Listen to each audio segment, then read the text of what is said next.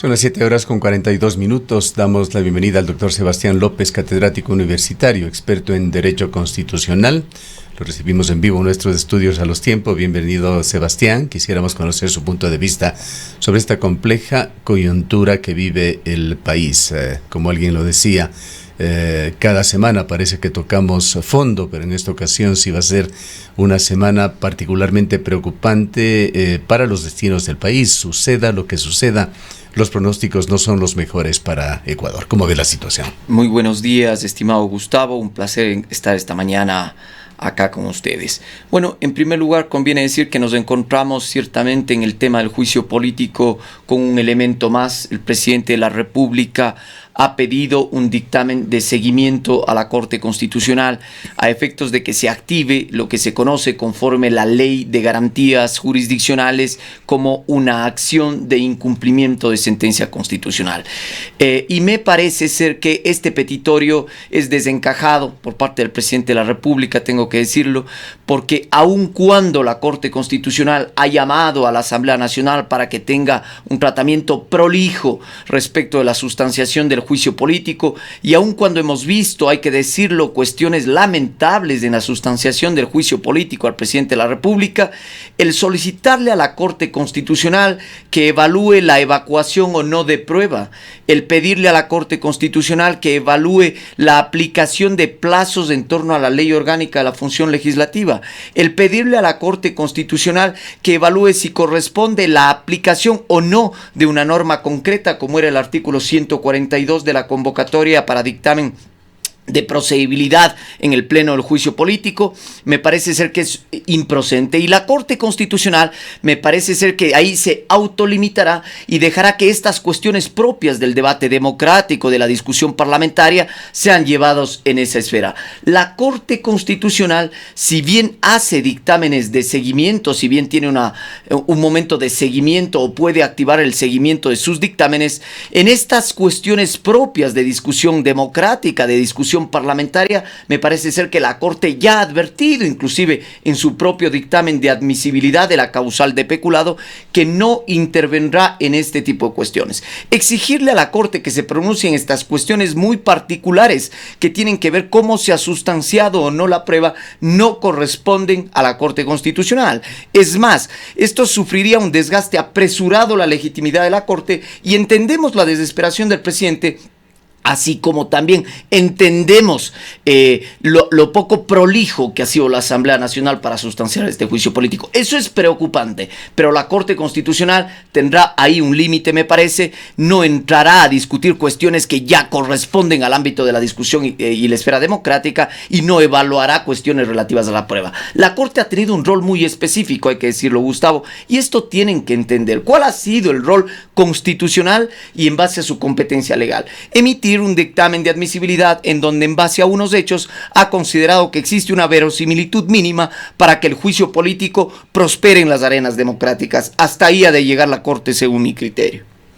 Recordemos lo que sucedió hace 8 días, que fue un punto de quiebre dentro de este proceso del juicio político, que se lo preveía, podría durar mucho más. Se pensaba que podría ser evacuado en el lapso de aproximadamente un mes, pero aparentemente la falta de cálculo, incluso quizá ignorancia u omisión de este artículo 142 de la Ley Orgánica, le llevó a Fernando Villavicencio, quien tenía la batuta en la Comisión de Fiscalización, a cometer errores. ¿Cómo es que se llegó a esta aplicación del artículo 142 de la Asamblea, que aceleró, lo puso en otra dinámica al juicio político, al punto que la próxima semana podría ya ser resuelto? Bien, aquí también quienes nos escuchan tienen que estar claro en algo, y es bueno contribuir al debate con esto.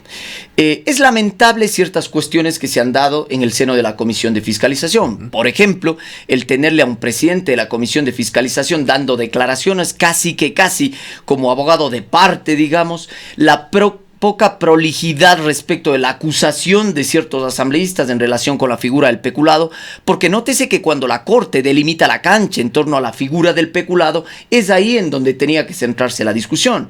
Escuchar desde ese momento y hasta ahora acusaciones como falta de recursos, como el tema de inseguridad, esto es cuestionable, hay que decirlo ciertamente. Pero ¿cómo es que llegamos a un paso más dentro de la Asamblea Nacional?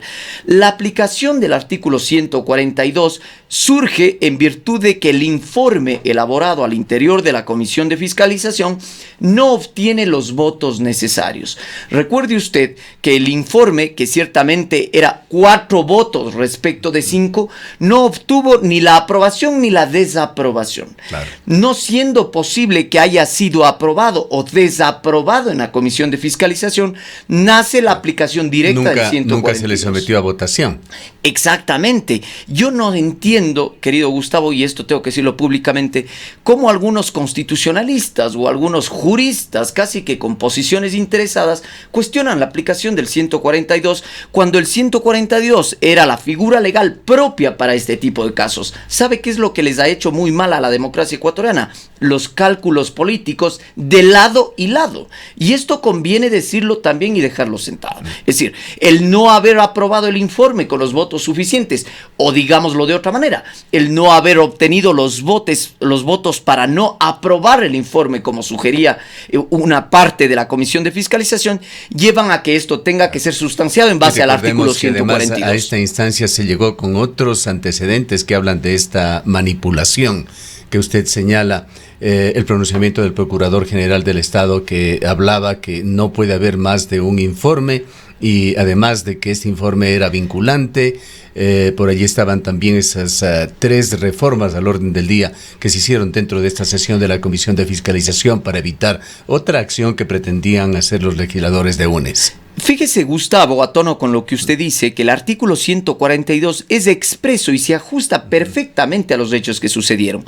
El 142 de la Ley Orgánica de la Función Legislativa dice que cuando no se alcanzaren los votos dentro de una comisión, en la sustanciación de un proceso de ley o de un proceso de fiscalización, como es naturalmente el juicio político, tendrá que pasar a resolución del Pleno de la Asamblea Nacional.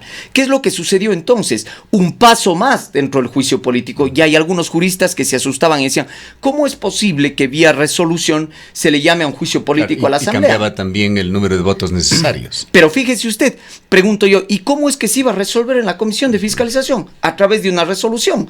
Y además en la comisión, de 9 miembros de una comisión, se iba a resolver con 5 votos. Acá se crea un paso más en virtud de esta negligencia, en virtud de este cálculo de la Comisión de Fiscalización que mal nos ha traído, y se genera un paso más dentro del procedimiento. El Pleno de la Asamblea Nacional ha tenido que aprobar con 88 votos para dar continuidad al juicio político.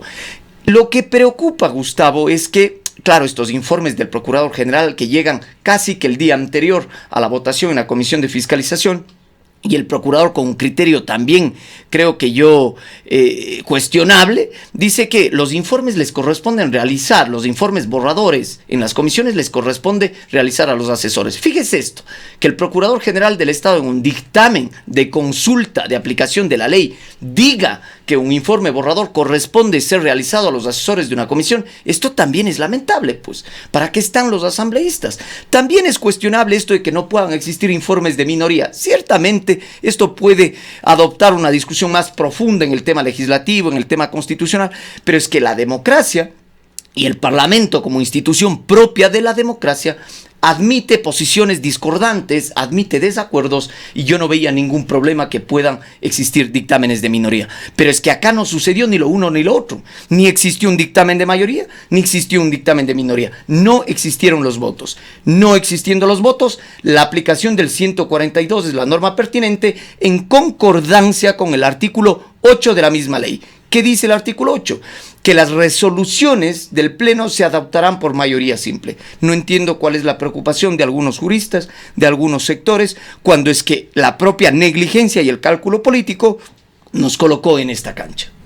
Lo cierto es que la suerte del presidente Lasso en cuanto a seguir o no gobernando este país va a depender de los 92 votos que han estado justamente en el marco de intensas negociaciones y continúan estando. Esto es cierto pero también en el marco de un debido proceso. El hecho de que tenga que probarse, articularse prueba, argumentos de cargo y de descargo, ha de llevarnos a la idea de que la discusión en el seno de la Asamblea Nacional debería ser sobre la causal que se imputa al presidente de la República y sobre lo evacuado y sustanciado ante la Comisión de Fiscalización. Es verdad que al último esto será una cuestión de votos. Una mayoría calificada, cabe señalar, 92 voluntades en el seno de la Asamblea Legislativa, pero en el marco de un debido proceso. Nosotros deberíamos exigir a la Asamblea Nacional que la discusión, el debate sobre la acusación constitucional se centre en la causal de peculado. Escuchar a algunos asambleístas distraer el debate en torno a la causal, esto también es preocupante, porque esto nos hace ver que a la final lo que está primando son solamente los votos al interior de la Asamblea Nacional. Una cuestión que ciertamente se resuelve a través de votos, pero en el marco de un debido proceso. El trámite obliga para que una vez convocada una sesión del Pleno por parte del presidente de la Asamblea Nacional, y abro un paréntesis, aquí también jugarán otras cuestiones políticas porque es que se está discutiendo quién presidirá la Asamblea Nacional, nótese.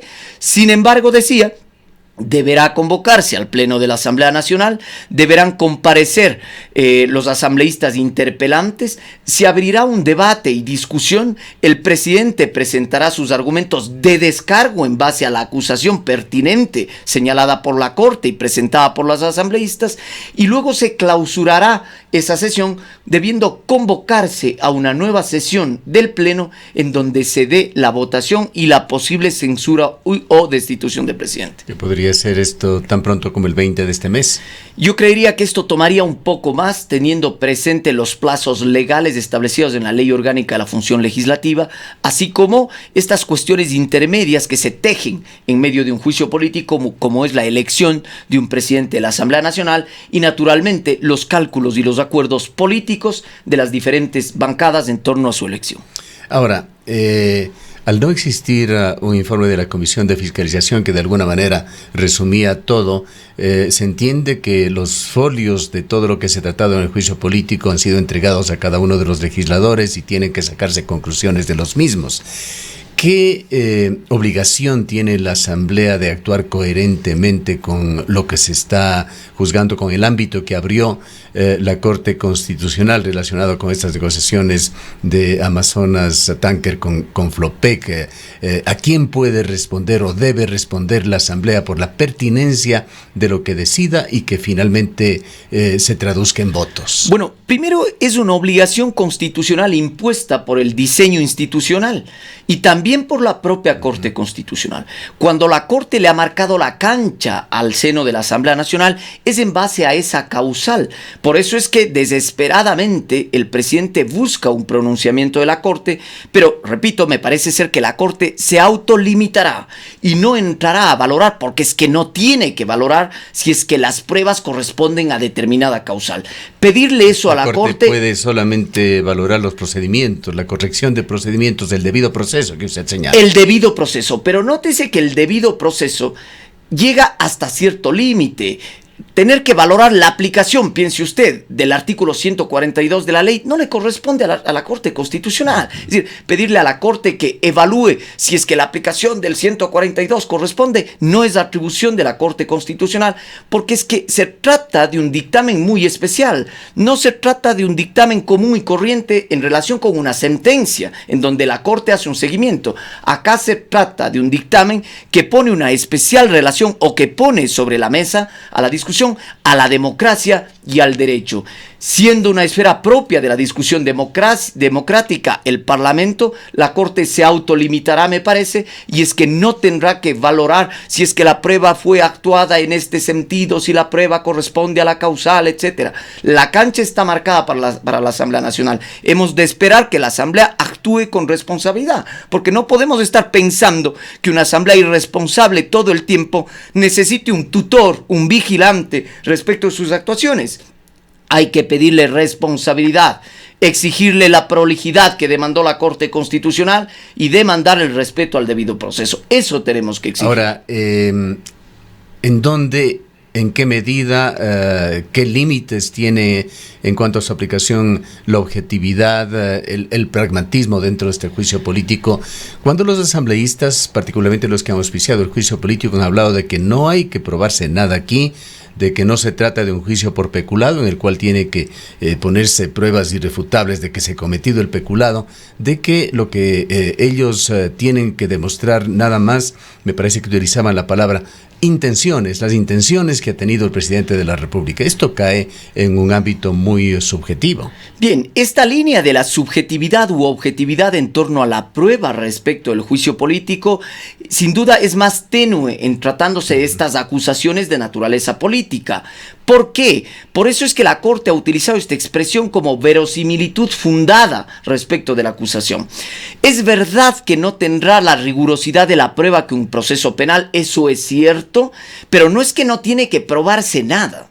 De lo contrario, no tiene sentido la exigencia de la prueba y descargo de la prueba que le exige tanto la Constitución como la ley al seno de la Asamblea Nacional y al presidente de la República. Los estándares no son los mismos que en la justicia penal ordinaria, pero es que ha de probarse en torno a la causal que ha sido fijada por la Corte Constitucional. No con los estándares, quiero decir, de la justicia penal ordinaria, pero ha de adecuarse al juicio de peculado, a la causal de peculado. No puede caer simplemente en una subjetividad arbitraria, pero tampoco puede exigirse este rigor que demanda un juicio penal ordinario. Tanto es así que la propia Constitución dice, en tratándose del juicio político, que si es que del proceso penal se derivaren indicios de responsabilidad penal, se acudirá a la vía penal ordinaria.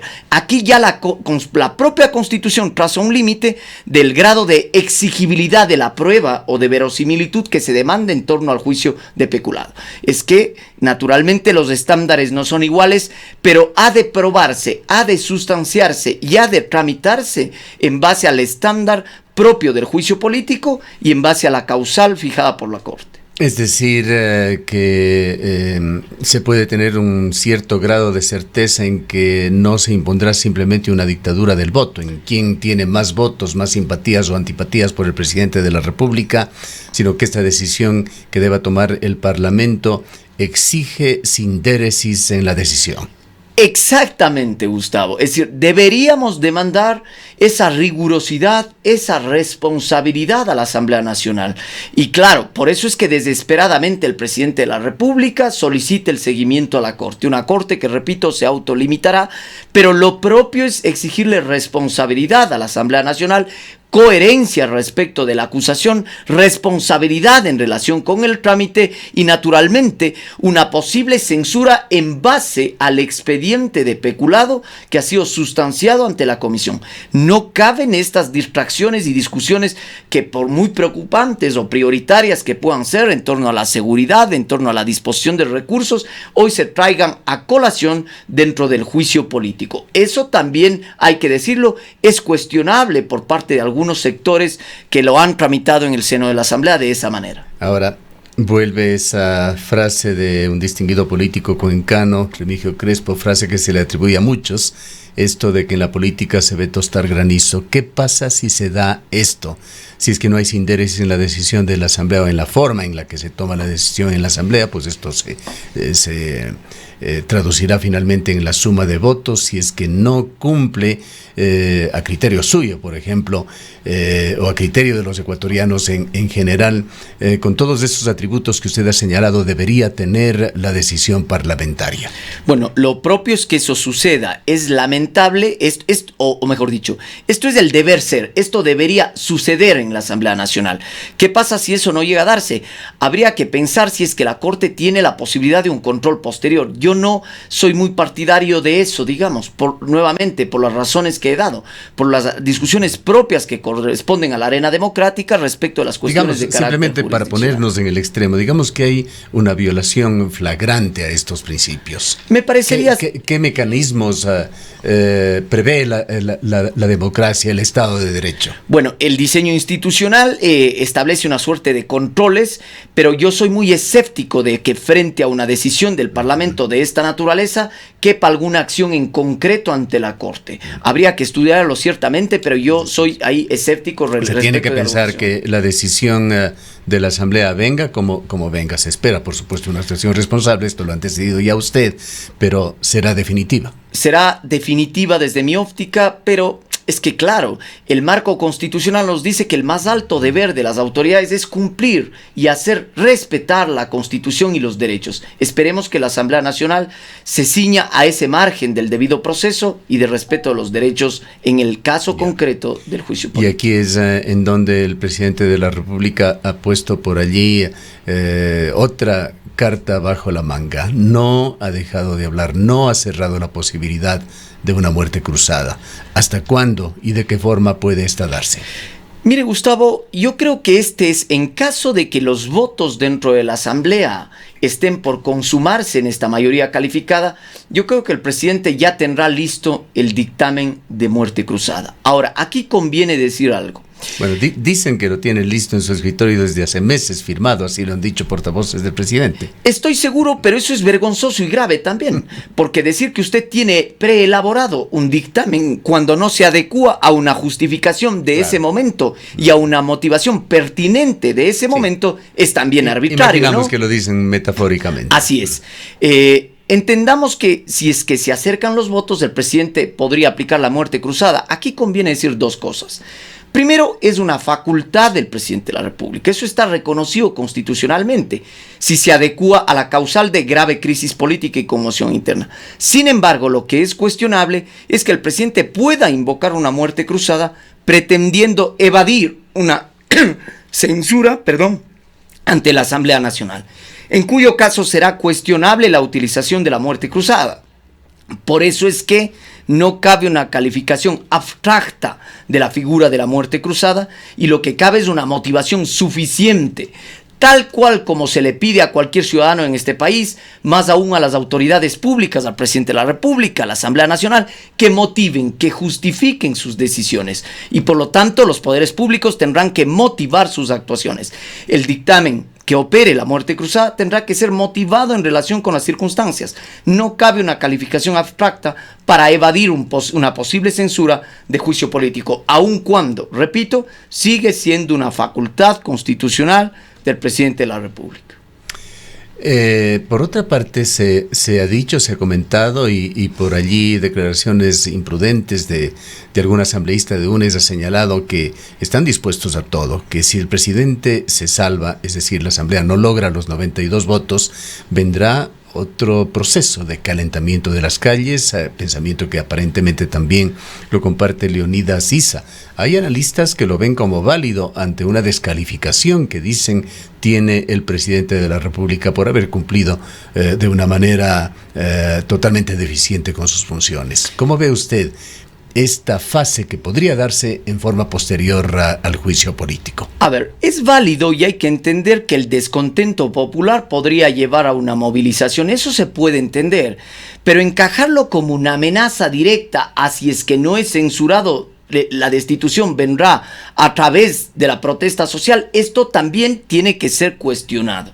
El marco constitucional establece cuáles han de ser los canales de censura, posible destitución y demás, pero no cabe una amenaza directa de esa naturaleza, que la gente pueda tener un descontento, que pueda darse una marcha, etcétera, etcétera. Esto es válido en el marco del Estado de Derecho, pero lo que no cabe es una acusación o una amenaza de esa naturaleza a efectos de no haber obtenido una posible censura. Los marcos están ahí, las instituciones están ahí y por lo tanto lo que cabe es un respeto a la institucionalidad y a la democracia que tanta falta nos hace en el Ecuador. Si es que no llega entonces a emitirse ese decreto de la muerte cruzada, si el presidente de la República asiste, se reúne nuevamente la Asamblea, vota por el tema, se da la destitución del presidente de la República, ¿qué indica también este debido proceso, el procedimiento normal, la secuencia de eventos que se darían tras la destitución del presidente? Gustavo, a mí lo que me preocupa es que con una asamblea de esta calidad, disculpe la expresión, de esta calidad que tenemos, salvando ciertos casos puntuales, lo que puede suceder es que si el presidente no es sancionado, no faltará momento para que la Asamblea Nacional esté buscándole la quinta pata al gato y esté buscando cualquier tipo de acusación. En algún momento, fíjese usted que en el seno de la Asamblea Nacional se habló de traición a la patria. O se habló de que ya buscarían la incapacidad física o mental del presidente de la República. Es decir, lo que creo yo es que esta asamblea y con esta calidad de la discusión que tenemos en el seno de la asamblea, no faltará alguna causal, algún resquicio para buscar sin duda un atajo a la democracia ecuatoriana, lo cual también tiene que ser cuestionado y tiene que ser controlado por parte de quienes hacen opinión pública, por parte de los medios de comunicación, por parte de la academia. Esto no puede darse. El respeto a la institucionalidad es lo que tanto, el irrespeto es lo que tanto mal le ha hecho a la democracia. ¿Qué vendría de acuerdo a la institucionalidad tras la destitución del presidente? Bueno, si se da una destitución del presidente, si se confirma una censura, tendrá que venir naturalmente la sucesión presidencial a cargo del vicepresidente Borrero, quien asumirá la primera magistratura. Eso es lo que constitucionalmente procedería. No caben, permítame que diga esto, dado la historia ecuatoriana, no caben interinazgos. No caben resoluciones en donde se nombre. Tendría que llenarse ese espacio que deja la vicepresidencia. Pero en base a la sucesión constitucional. Y la sucesión constitucional obliga para que el vicepresidente asuma la presidencia de la República, ¿sí? ¿Y durante qué tiempo? Durante el periodo faltante que corresponde. Sí, le decía, ¿quién ocuparía la vicepresidencia? ¿Cuál sería el procedimiento? Bueno, el presidente en funciones tendrá que enviar una terna al seno de la Asamblea Nacional para que la Asamblea Nacional luego escoja de entre la terna enviada por el presidente a ese cargo, sí, escoja al vicepresidente. Eso es lo que ordena la sucesión. ¿Esto sucede, queda en acefalía la vicepresidencia o la asume el presidente de la Asamblea? No, el presidente de la Asamblea no tiene ningún rol acá. Esto hay que decirlo y hay que dejarlo anotado. Queda vacante entonces temporalmente la vicepresidencia. Así es, fíjese usted lo que le pasó al presidente Moreno cuando nombraba a su vicepresidente a través de una terna que fue enviada a la Asamblea Nacional. Es decir, se cumplió el mandato y la sucesión, lo propio sería acá. Pensar que el presidente de la Asamblea podría llegar, sin duda es ya también un cálculo distorsionado respecto a las reglas de juego y la institucionalidad democrática. Es decir, es imposible en este escenario, al menos de censura y destitución. Con respecto al juicio político, ¿qué lecturas se podrán sacar el día de mañana cuando se elegirán dignidades en la Asamblea Nacional? Las cosas se han venido entrecruzando. Sí, la verdad es que en la Asamblea todo se puede esperar, lamentablemente. Ya existe algún pronunciamiento en esta semana de la bancada de Izquierda Democrática respecto de la abstención que tuvieron en base al impulso y procedibilidad del juicio político, y todo esto juega de alguna forma por el nombramiento del nuevo presidente de la Asamblea Nacional.